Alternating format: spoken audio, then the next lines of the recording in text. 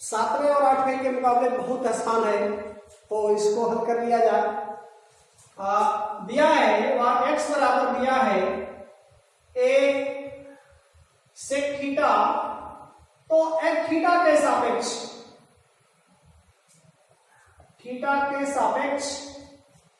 अवकलन कर लीजिए। थीटा के सापेक्ष अवकलन करेंगे तो ये हो जाएगा dx अपॉन डी थीटा बराबर, ए तो अचर पद है, इसको आप बाहर पहले ही निकाल दीजिए, d upon D theta sec theta. और सेक थीटा का डिफरेंशिएशन क्या होता है, अब थोड़ा सा आपको अपने दिमागों को जोर डालना होगा। जोर डालिए, क्या होता है सेक थीटा का, sec theta into tan theta. तो आप लिखेंगे D X upon D theta बराबर A sec theta into tan theta. एक छोटा सा पार्ट लगा लेंगे, बस ये समीकरण नंबर 1 आ गया। पुनः समीकरण नंबर 2 क्या है, y बराबर b टेन थीटा। तो इसका भी क्या करेंगे, थीटा के सापेक्ष अवकलन कर लीजिए।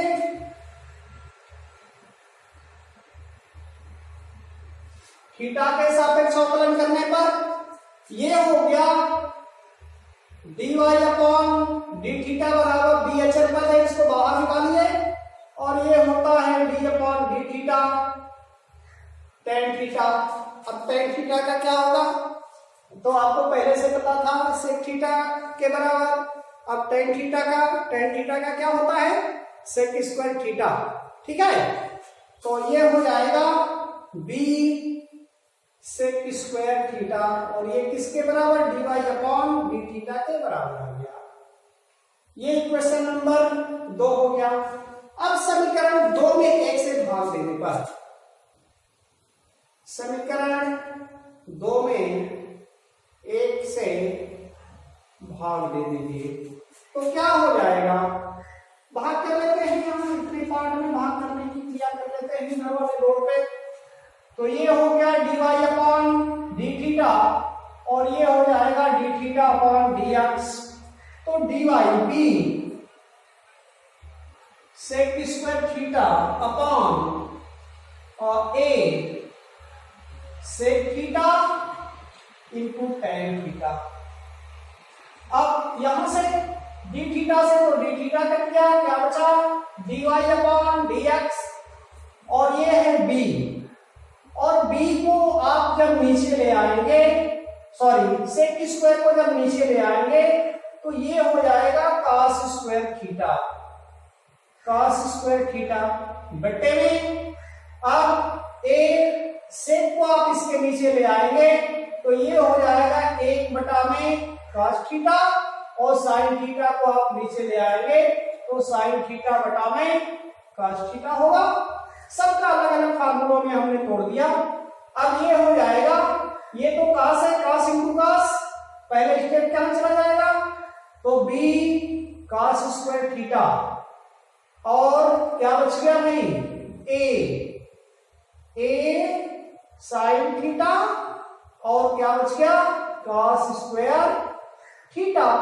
इससे ये कैंसिल हो गया, क्या बचा, बी बटा में ए साइन थीटा, और यहां से आप इसको d Y upon D x के बराबर लिख सकते हैं, या अगर अगले स्टेप में ले जाना चाहते हैं तो लेकर चले जाइए। D Y upon D x बराबर बी बटा में ए, ऊपर जाएगा तो क्या हो जाएगा, साइन का कोसेक थीटा हो जाएगा। और ये दोनों आप लिख सकते हैं, इसका answer d Y upon D x बराबर b upon a cosec theta हो गया। तो आज का ये क्वेश्चन नंबर 9 हल हो गया है। नंबर 10 दिया जो है तो बहुत आसान, लेकिन देखने में थोड़ा सा लंबा लग रहा है, लेकिन ऐसा कुछ नहीं है, बिल्कुल इजी क्वेश्चन है, आप इसको हल कर सकते हैं बिल्कुल आसानी से। पहले से लेकर दूसरा, नियम में कोई चेंजिंग नहीं है। हम देख रहे हैं कि पूरी प्रश्नावली एक ही नियम पर हल होती चली जा रही है, और उसमें क्या करना है, पहले dx और दूसरा अगर थीटा दिया हो तो थीटा के सापेक्ष, टी दिया हो तो टी के सापेक्ष अवकलन करते हैं और फिर दूसरे समीकरण में पहले समीकरण का भाग करते हुए बस आ जा रहा है। लेकिन सावधानी ये होनी चाहिए कि आपका डिफरेंशिएशन गलत ना हो। तो ये देख लीजिए, ये हो जाएगा थीटा के सापेक्ष अवकलन कर दीजिए, x बराबर a ब्रैकेट में cos theta plus theta into sine theta. अब यहां से आप चाहें तो थीटा के सापेक्ष अवकलन कर लीजिए, थीटा के सापेक्ष अवकलन आप चाहें तो कर सकते हैं। अब यहां से हो जाएगा dx अपॉन डी थीटा बराबर, ये ए अचर पद है इसको आप बाहर निकाल दीजिए और ये हो गया d upon D theta post में cos theta plus theta into sine theta. अब इसका अंदर आप डिफरेंशिएशन करें तो ये हो जाएगा अब ये तो बाहर निकाल दीजिए, इसको आप अंदर कर दीजिए d upon D theta cos theta plus D upon D theta theta sine theta. ये हो जाएगा यहां से a और cos का क्या होता है, cos का माइनस साइन होता है, ये तो बहुत पहले से पता है आपको, तो ये होना भी चाहिए, पता होना चाहिए साइन थीटा प्लस, ये तो दो पदों का गुणनफल का फार्मूला हो गया ना। अब दो पदों के गुणनफल का फार्मूला क्या होता है, प्रथम पद द्वितीय पद का डिफरेंशिएशन प्लस द्वितीय पद प्रथम पद का डिफरेंशिएशन, ये होता है। तो आप इसको लगाइए, ये हो गया प्रथम पद द्वितीय पद का differentiation D theta sine theta plus द्वितीय पद और प्रथम पद का डिफरेंशिएशन। अब यहां से ये हो जाएगा a ब्रैकेट में माइनस साइन थीटा प्लस, अब ब्रैकेट में कर लेते हैं यहां से, तो ये हो जाएगा थीटा साइन थीटा का क्या हो जाएगा cos थीटा हो जाएगा और प्लस, और ये डी थीटा तो कैंसिल हो गया, तो क्या बचा साइन थीटा बचा। अब यहां से इसको एक सबमिट कर लीजिए, ब्रैकेट हटा लीजिए, ये हो गया sine theta plus theta cos theta plus sine theta. अब ये देखिए, ये तो अपोजिट है, ये अपोजिट है और ये पॉजिटिव है, निगेटिव और पॉजिटिव क्या हो गया कैंसिल हो गया, क्या बचा a theta into cos theta. ये किसका मान आ गया, dx अपॉन डी थीटा का मान आ गया। हम इसको यहां पर भी सुरक्षित कर देते हैं, ये हो गया dx अपॉन डी थीटा बराबर a theta into cos theta. ठीक है, इसको हम लोग क्वेश्चन नंबर 1 मान लेते हैं, समीकरण नंबर 1 मान लेते हैं और फिर इसको दूसरे वाले पार्ट को हम हल करिए। y के बराबर जो दिया है उसको हम लोग हल करें, सेम बाय सेम एकदम ऐसे ही दिख रहा है।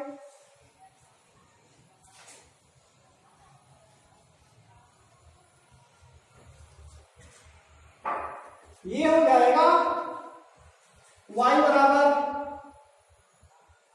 a ब्रैकेट में sine theta minus theta cos theta.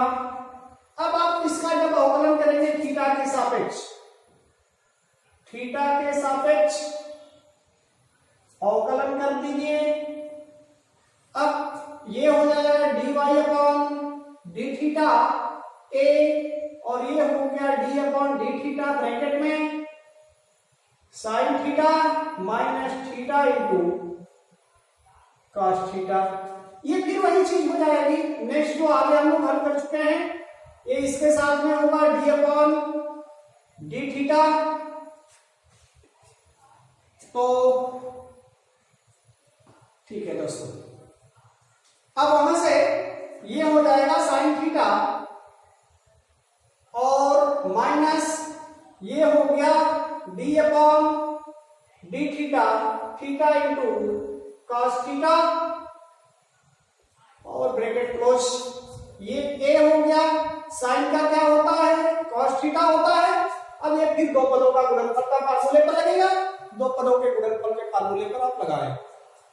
तो ये हो जाएगा ब्रैकेट में theta D upon D theta cos theta plus cos theta और D upon D theta into theta.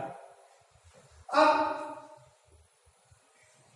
यहां से ए कॉस थीटा और माइनस थीटा, कॉस का क्या होता है माइनस साइन होता है, तो माइनस साइन थीटा और माइनस और प्लस क्या हो जाएगा माइनस हो गया और ये हो गया कॉस थीटा। अब यहां से देख सकते हैं ये कॉस थीटा प्लस है, ये कॉस थीटा माइनस है, कैंसिल हो गया, ये माइनस माइनस प्लस हो गया, अर्थात ए का गुणा करेंगे तो ये हो जाएगा ए थीटा साइन थीटा। ये किसके बराबर आ गया dy अपॉन डी थीटा के बराबर आ गया। और ये समीकरण नंबर क्या कहेंगे इसको समीकरण नंबर 2 कहेंगे। और समीकरण 1 में समीकरण 2 में 1 से भाग देंगे तो मान जो आएगा देखा जाए किस रूप में आएगा। अभी से इसका आंसर दिखने लगा है, लेकिन फिर भी सवाल तो कंप्लीट करना ही है। आप लिख दीजिए समीकरण 2 में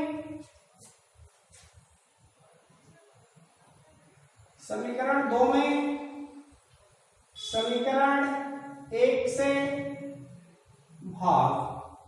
समीकरण 2 क्या है dy अपॉन डी थीटा, इसके बटा में चाहे तो dx अपॉन डी थीटा करें तो ये हो जाएगा डी थीटा अपॉन dx और ये हो जाएगा ए थीटा इंटू साइन थीटा और बटा में ए थीटा इंटू कॉस थीटा। ए थीटा से ए थीटा कैंसिल हो गया और डी थीटा से डी थीटा, तो ये हो गया dy अपॉन dx बराबर साइन थीटा बटा कॉस थीटा और ये हो जाएगा dy अपॉन dx बराबर साइन थीटा बटा कॉस थीटा क्या हो जाएगा tan थीटा।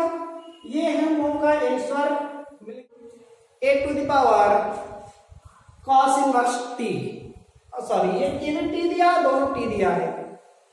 देखने में थोड़ा सा डरावना है, थोड़ा सा लंबा क्वेश्चन दिख रहा है, लेकिन बिल्कुल आपको इतना आसान तरीके से इसको हल कर देंगे कि आप पहले अगर इनवर्स का फार्मूला पता होगा आपको तो निश्चित रूप से आप हल कर पाएंगे।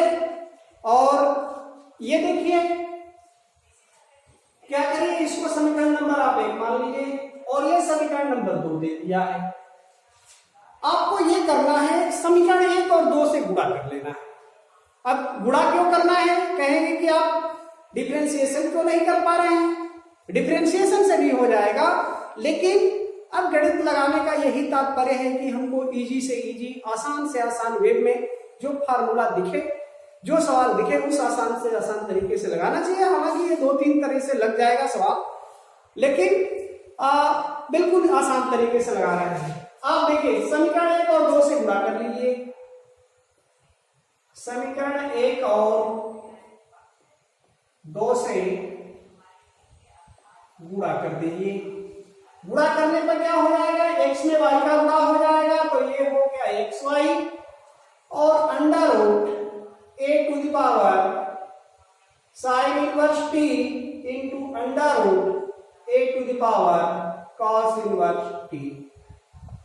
अब जानते हैं आप कि जब सेम आधार होता है तो उनकी घातें आपस में जुटती हैं, तो आप जोड़ दीजिए एक्स वाई इक्वल टू हो जाएगा, सबको हम एक अंडर रूट में लाते हैं और ये हो जाएगा a to the power sine inverse t plus cos inverse t हो जाएगा, क्योंकि दोनों के आधार सेम है, दोनों की घात जुट जाएगी।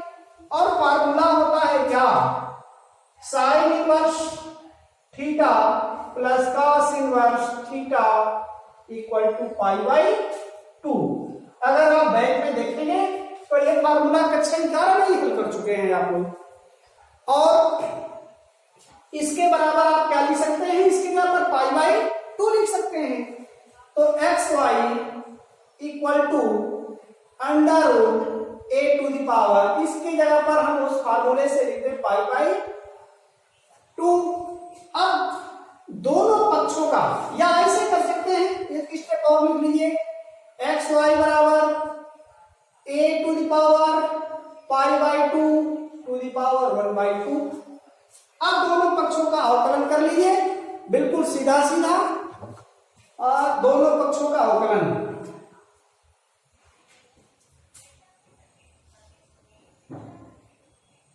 दोनों पक्षों का अवकलन करने पर, अवकलन कर लीजिए, तो ये हो गया d अपॉन dx और ये हो गया xy, ये हो जाएगा d upon dx a to the power pi by 2 to the power 1/2। अब यहां से क्या हो जाएगा, यहां लगा दे रहे हैं दोस्तों, ठीक है, आधा इसका पार्ट ले रहे हैं, तो ये क्या होगा, ये होगा प्रथम पद, ये हो गया प्रथम पद इंटू द्वितीय पद का अवकलन dy अपॉन dx, यहां आप लिख देंगे x के सापेक्ष, x के सापेक्ष लिख लेंगे तो ठीक रहेगा, आपको समझ में आ जाएगा, और प्लस y और वो क्या dx अपॉन dx, और ये क्या है, ये अचर पद है, ये अचर पद है, तो इसका मान क्या होगा, 0 होगा। अब ये हो गया x dy upon dx plus y, इससे ये कैंसिल हो गया बराबर 0, तो x dy अपॉन dx बराबर माइनस y और dy अपॉन dx बराबर माइनस y अपॉन x। क्या करना था, यही तो प्रूफ करना था, ये प्रूफ करना था, आप देख सकते हैं यहां पर ये सवाल में दिया है, यही बात प्रूफ करना था, इसके बाद बराबर आ गया, बिल्कुल आसानी से आ गया, कोई दिक्कत कहीं नहीं हुई। तो आप देख सकते हैं ये 5.6 का जो पार्ट है, ये दूसरा पार्ट खत्म हुआ। अब अगले वीडियो में मिलेंगे, तब तक के लिए नमस्कार, जय हिंद।